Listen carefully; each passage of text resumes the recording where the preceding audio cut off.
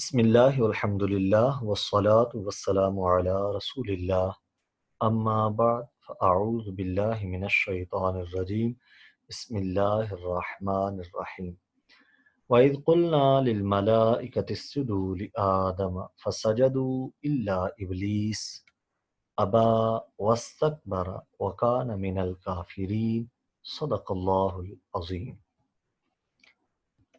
اور جب ہم نے حکم دیا فرشتوں کو کہ سجدہ کرو آدم علیہ السلام کو، تو سب نے سجدہ کیا سوائے ابلیس کے۔ اس نے انکار کیا اور تکبر کیا اور داخل ہو گیا وہ کفار کے ٹولہ میں۔ اس کی تفسیر میں حضور ضیاء الامت رحمۃ اللہ علیہ لکھتے ہیں، جب فرشتوں نے آدم علیہ السلام کی وسعت علم اور اپنے عجز کا اعتراف کر لیا تو پروردگار عالم نے انہیں حکم دیا کہ آدم علیہ السلام کو سجدہ کرو۔ سجدہ کا لغوی معنی ہے تذلل اور خضوع، اور شریعت میں اس کا معنی ہے وضع الجبہۃ علی الارض، پیشانی کا زمین پر رکھنا۔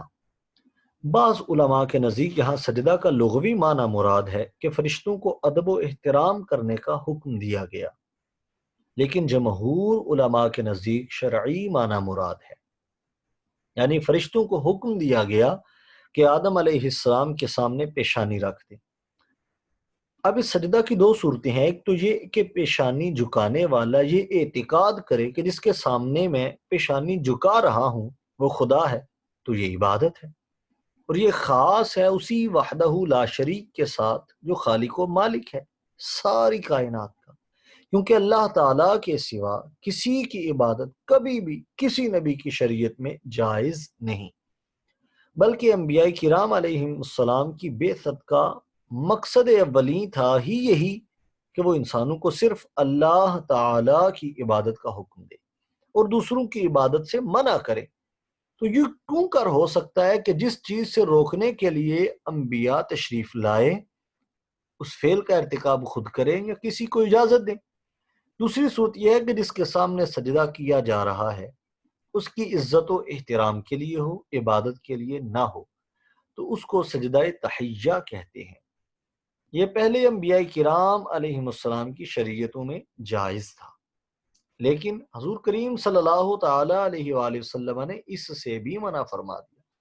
اب تعظیمی سجدہ بھی ہماری شریعت میں حرام ہے۔ یہ عزت و سرفرازی جو آدم علیہ السلام کو نصیب ہوئی، اس کا سبب علم تکوینی یعنی اشیاء اور ان کی خاصیات اور ان کے اثرات کا علم ہے۔ وہ امت جس کی آسمانی کتاب میں آدم علیہ السلام کی برتری اور افضلیت کا راز یہ بتایا گیا ہو کہ وہ کائنات کے اسرار سربستہ سے آگاہ کیا گیا تھا، وہ امت اگر علم سے محروم ہو، سائنس اور حکمت سے ناآشنا ہو، تو یہ اس کی اپنی بدبختی ہے۔ اس کے دین نے تو اس کے سمند شوق کو مہمیز لگانے میں کوئی کسر اٹھا نہیں رکھی۔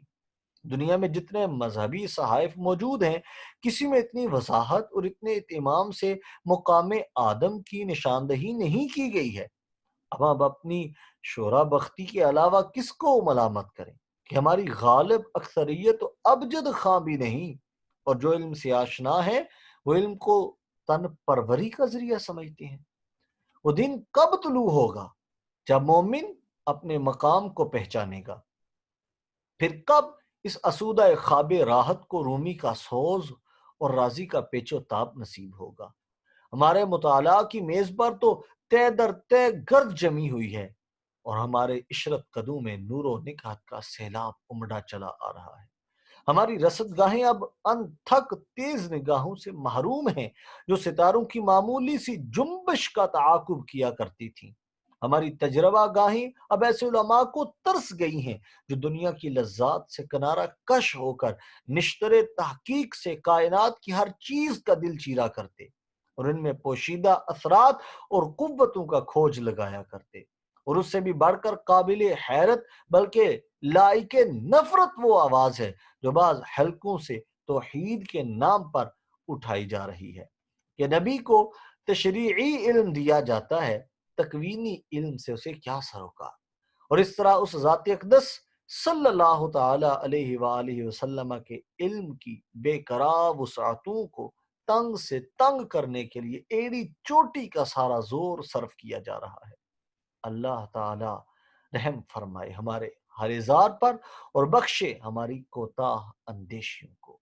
انہو هو التواب الرحیم وما علی الا البلاغ المبین۔